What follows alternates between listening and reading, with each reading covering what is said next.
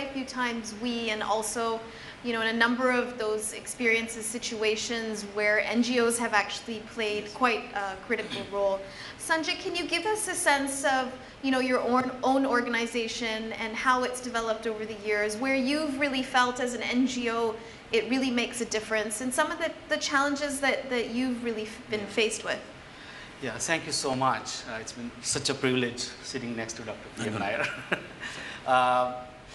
Yeah, I think, let me go back to the complexity of the issue. Yeah, please. And my answer is very simple, not though very simplistic. I think it's a human problem. And every human problem is very simple problem, but very, very complex problem also. And this problem, somehow it cannot be described in words.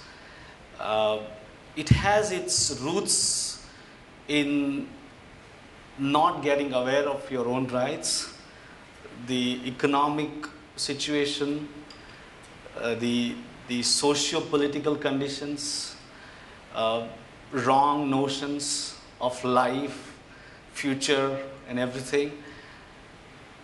Country like India, I think it gets more complex because we are multiple India within India, and there are hundreds of India out there. Somehow, making this problem very complex. Like doctor said, there will not be girls from Mumbai trafficked in Mumbai because that's not the modus operandi there.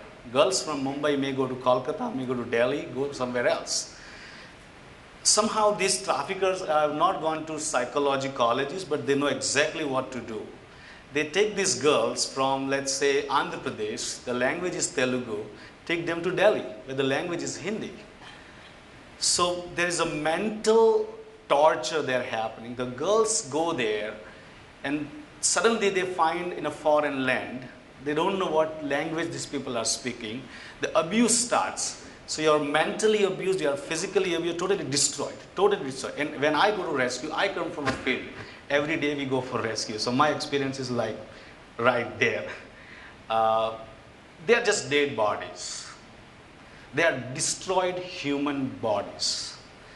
They do not have sense of what they are, who they are. Just to little extend the thought Doctor gave, 3 months back we conducted a rescue operation in Pune, helping Kolkata police to conduct a rescue operation. A girl was trafficked 2.5 years ago in the brothel in Pune.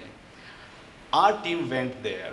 Interestingly, the side thought here, all the booming cities in India with economic empowerment are the cities where the traffic is at the highest range right now. Well, this girl tried to rescue herself. Somehow she got one customer's quote unquote mobile phone, gave a call back to the brother. Brother contacted the police in Kolkata. Police contacted us in Bombay. We went to Pune, tried to rescue this girl. As soon as the girl sees her brother, jumps, hugs him, we rescue her.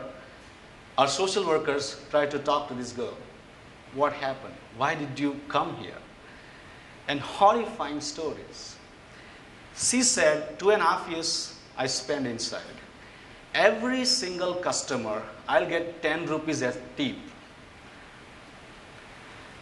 In 2.5 years, never I was given a single rupee. But out of those 10 rupees, I said 93,000 rupees, those 10 rupees. And she was having this 93,000 rupees with her. She said 2.5 lakh rupees is with the brothel keeper.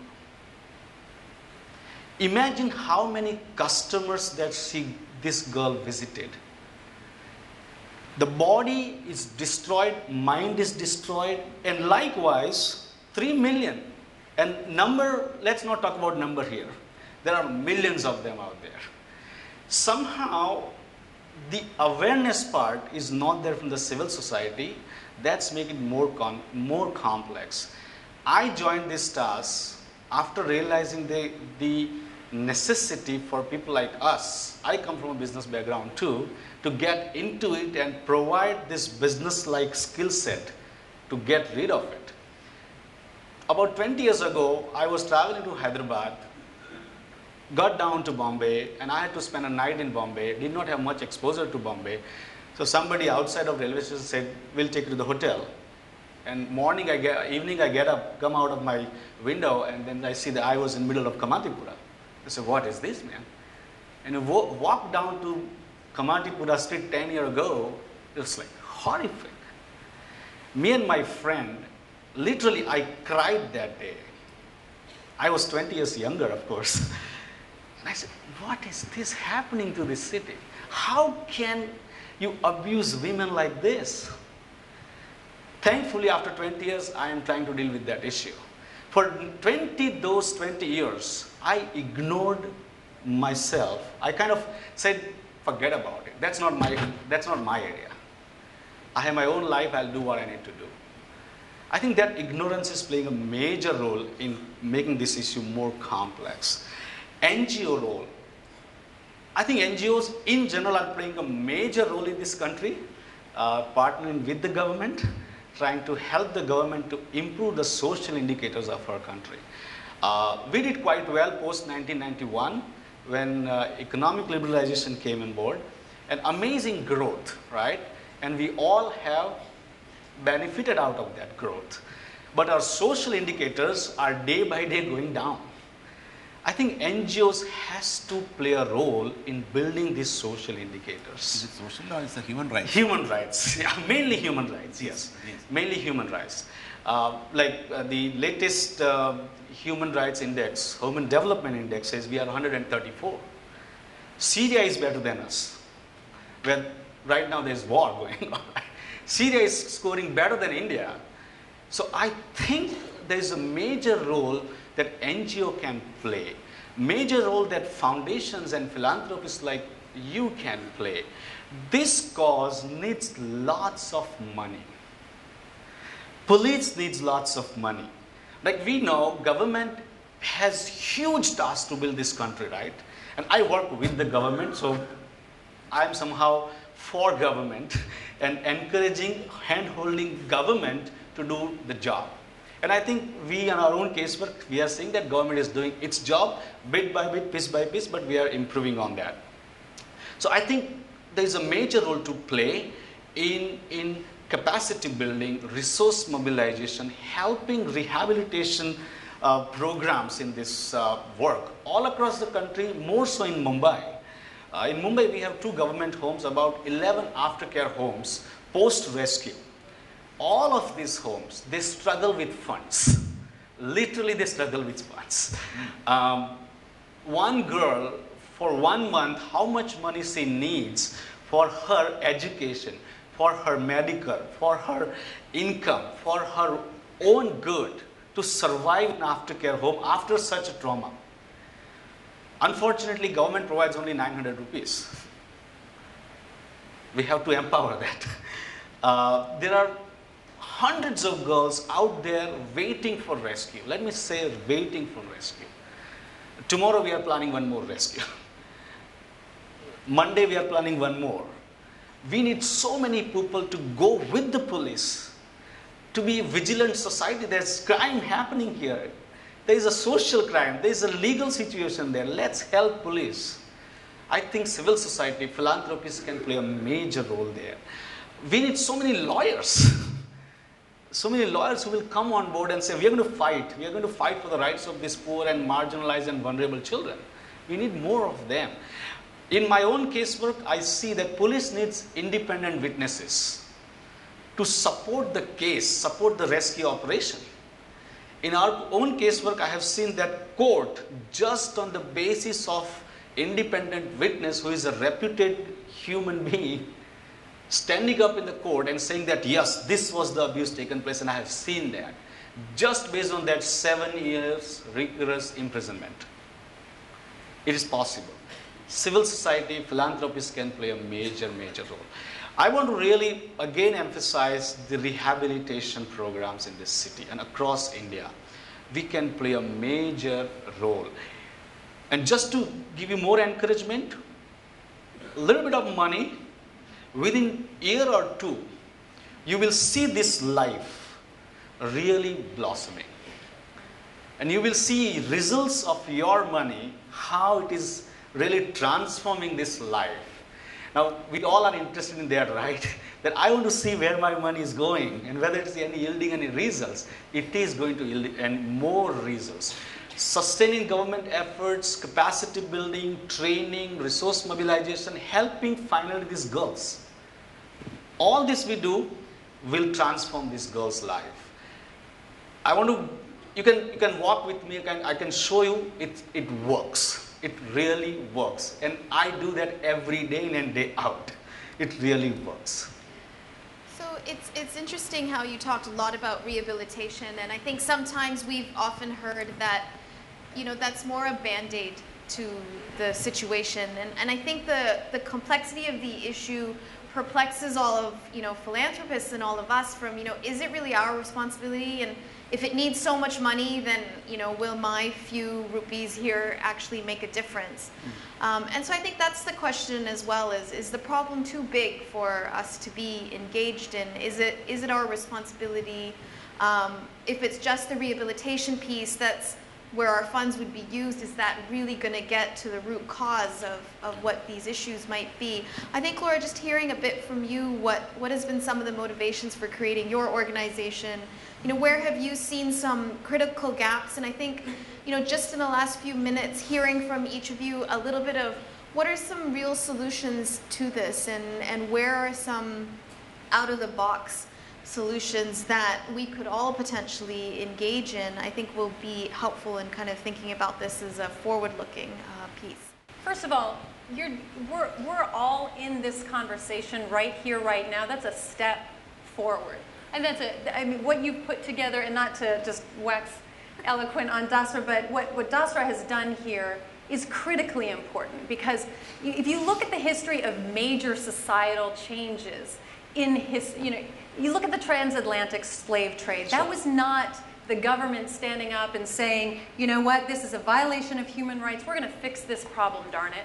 No, it started with something, probably didn't look like Dasra, but it took individuals, like the individuals in this room, standing up and saying, you know what, this is wrong, this doesn't make sense, this is a colossal problem. But it started with people standing up, getting informed, figuring out what are the real trigger points, what will really make change. And it not only led to you know, people like William Wilberforce and all the rest of them driving legislation changes and real change in terms of the criminal justice system and how perpetrators of that crime were treated, but it created a whole social movement. And what you saw were people coming to realize what a human tragedy this was. It was a change in how they thought. It was a change in how they behaved. And that does not come from government alone. You know, we get back to this idea of public and private partnership. What is the role of civil society? What is the role of NGOs? And I think as philanthropists, when you start to look at the complexity of this issue, there are a couple of things that you start to see, right? One is the data. There is almost no agreement on the data. It is very hard to find. Now, people like Dr. Nair are doing a hero's work in trying to create clarity on this. What we don't know, what we also, so there's prevalence data that we need more information on. There's the nature of the data. We know that the problem's changing. It's not just brothels anymore. Girls are brought, we've got mobile phones, and you know what, so do the traffickers. And so we don't need to hang a sign outside a brothel anymore and say, little girls for sale here. They're in Bandra, and they're in Thane. They're in hidden places, and places that are hard to find. This is getting harder.